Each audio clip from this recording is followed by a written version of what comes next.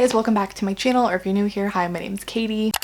Today we're going to be talking about all of the TV shows and movies that I have seen recently. I used to do these videos pretty regularly, so I'll leave the playlist down below in the description if you want to get some more recommendations, but it's been a while since I've done one of these. And so that means we have a lot of shows and a lot of movies to talk about because I feel like I need to get caught up with you guys. Most of these are on Netflix, some of them are on Hulu, and some of them, honestly, I don't really know where I watched them. Yeah, I've decided I'm only gonna go with the shows that I feel like I've watched like enough of to recommend, not just like seeing a little bit of it, you know? And then movies, obviously, I've watched all the way through. So yeah, hopefully you guys can find some good recommendations in here. I kind of feel like I watch a pretty wide variety of shows, so maybe there's something to fit everyone, hopefully. Before we jump into all my recommendations though, I want to thank Skillshare for sponsoring today's video. I've been using them a ton this summer. You guys probably already know what Skillshare is, but just in case you don't, they're an online learning community with over 25,000 different classes that you can take in design, writing, photography, videography, business, all kinds of different subjects. There are currently over 7 million creators using Skillshare, and with a membership to Skillshare, you get unlimited access to all of these different classes, so you can test out some new interests without paying the price tag of like a college class or something. And memberships are super affordable. They're less than $10 a month, but Skillshare is actually offering my viewers a deal, so the first 500 people who click the link down below in the description will get 2 months for free. So you can test it out, see if you like it. Currently, a class that I'm taking is called Instagram for Business, Build an Engaged Community. And this actually isn't for like my personal use. If you didn't know, I work as a copywriter for a software company, and I also kind of work with the marketing department, and I do a lot of their social media stuff. And so lately I've been running their Twitter, their LinkedIn. They want to start an Instagram account basically.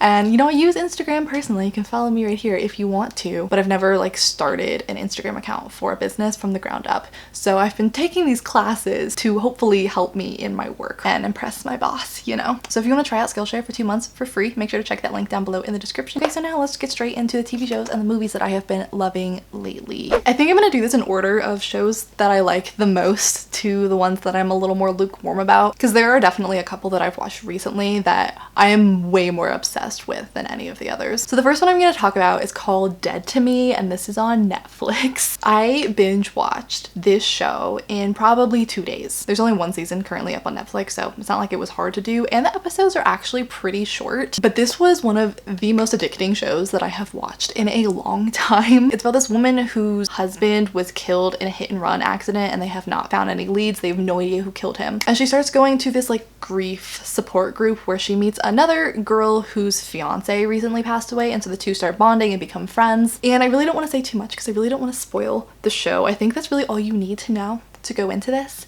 but it's hilarious. I love the dynamics between the two lead actresses. The main character is the mean mom from Bad Moms, if you've seen that movie, and the friend played Velma in the live action Scooby-Doo movies. It's such a good show though, and I am like going through withdrawal now that there's not a second season. I really want to see the new season. One of my new favorites for sure, highly recommend. Another show I have conflicted feelings about is The Passage, and this was on Hulu. If you don't know, The Passage is a novel by Justin Cronin. It's an adult thriller horror novel with a very unique take on vampires. And so the book is really freaking long. It's like 800 to 1,000 pages, I don't really remember, but it's split into very different parts in the book. The first part is all about the background of how the vampires come to be in this world. These scientists are trying to find a cure for all diseases, and they're doing human experiments. They're called virals in the book. But anyway, the first season follows that first part, so it's all about the scientists in the background and stuff. And the show got canceled, so we're not gonna get a second season, which is really disappointing to me because the second part of the book,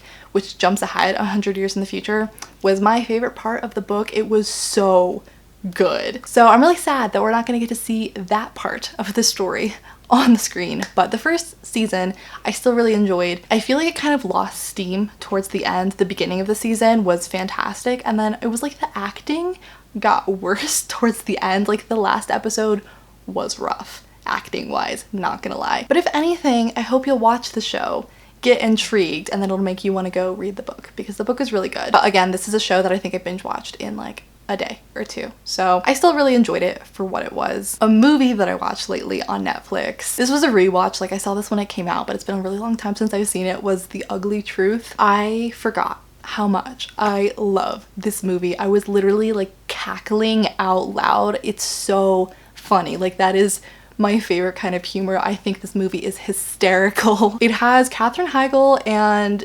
Gerald Butler.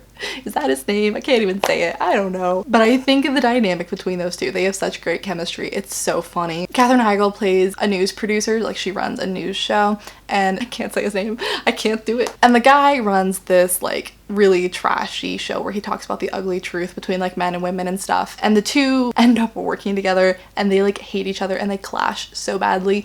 But it's the best like hate to love rom-com ever. They make a deal that he gets to stay on the show as long as he can make this guy fall in love with her because she's like really struggling to date. And so he's basically telling her how to act, how to attract this guy, and it's so funny. It's such a good movie. Would totally recommend if you haven't seen it. It's one of my favorite rom-coms. Going off of that kind of thread, I also started watching Dating Around on Netflix. This is sort of like a reality show. It's pretty short. There's only a couple of episodes of this, but basically you follow one person go on a bunch of different first dates, and then at the end it's revealed like which person they chose. It's kind of like Bachelor, Bachelorette-esque, except at least all of the people aren't dating them like at the same time in the same room. But it's very interesting because some of the people that we're following are guys, some of them are girls, and they all have very different personalities and they're different stages of life, different ages and things like that. If you're interested in like people at all and like learning someone's story, you get like a very deep dive into each individual. I just find it fascinating. There was one episode where the two clashed so badly. They were like yelling at each other. It's like a first date and they're like going off at each other. It's so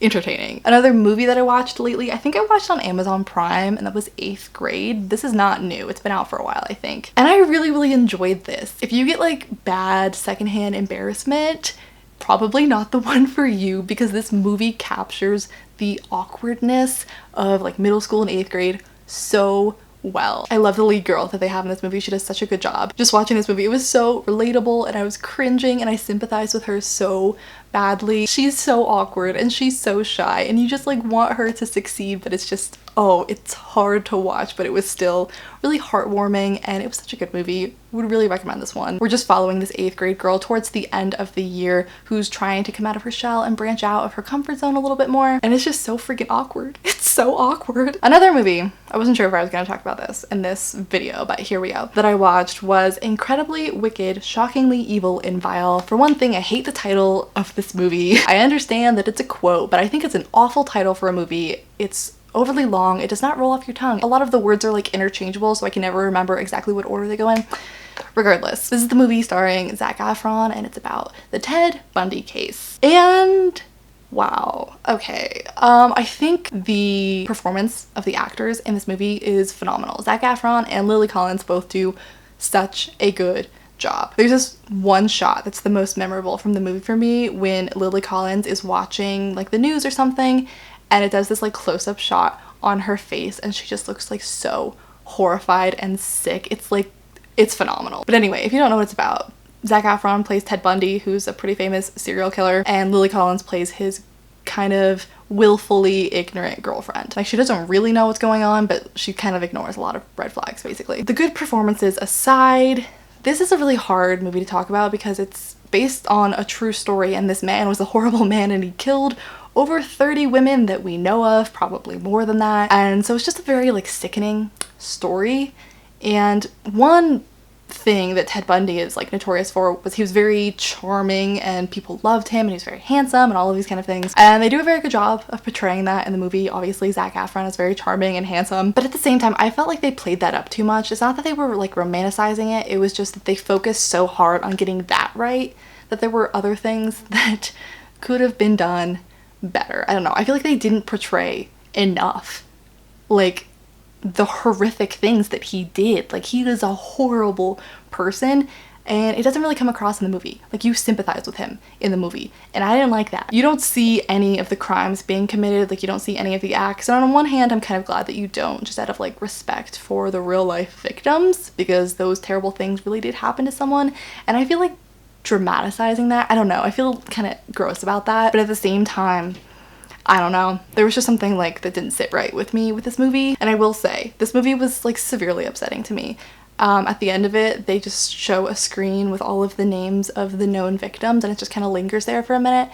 And just looking at the names of these girls and knowing not only that he killed them, but he like brutalized these women, and seeing the names of these real people, like, I almost cried. Like, it made me feel really sick, and I just like couldn't stop thinking about it for days. So this movie was very upsetting for me. So we're gonna move on from that one. Another show that I've been watching lately is Lucifer. This is not a new one. I had like seen it before, but I'd never really gotten like super into it, and I don't really know why. This has always been my go-to when I'm traveling. I'll download a couple of episodes on my iPad and I watch it on the plane, and for whatever reason that was like the only time that I'd ever watched it. I'd never like sat down to watch it at other times, but this is a really fun show. This is really amusing as well. It's about Lucifer in the real world, like interacting with people, and he kind of teams up with this cop and becomes her partner, and they're solving crimes, and he starts to realize that he likes not only punishing people but also getting justice for good people.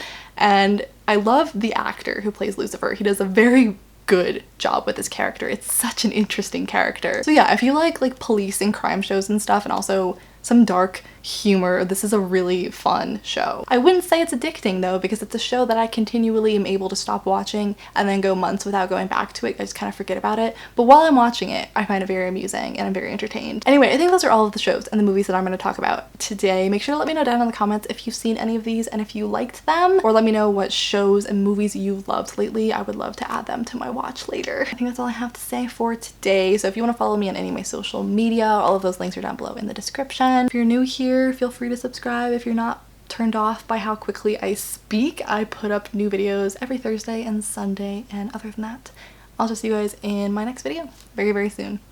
Bye. So hit me. I tell myself what's done is done, but really I'm afraid the only love I'll ever know is the one that got away. Yeah.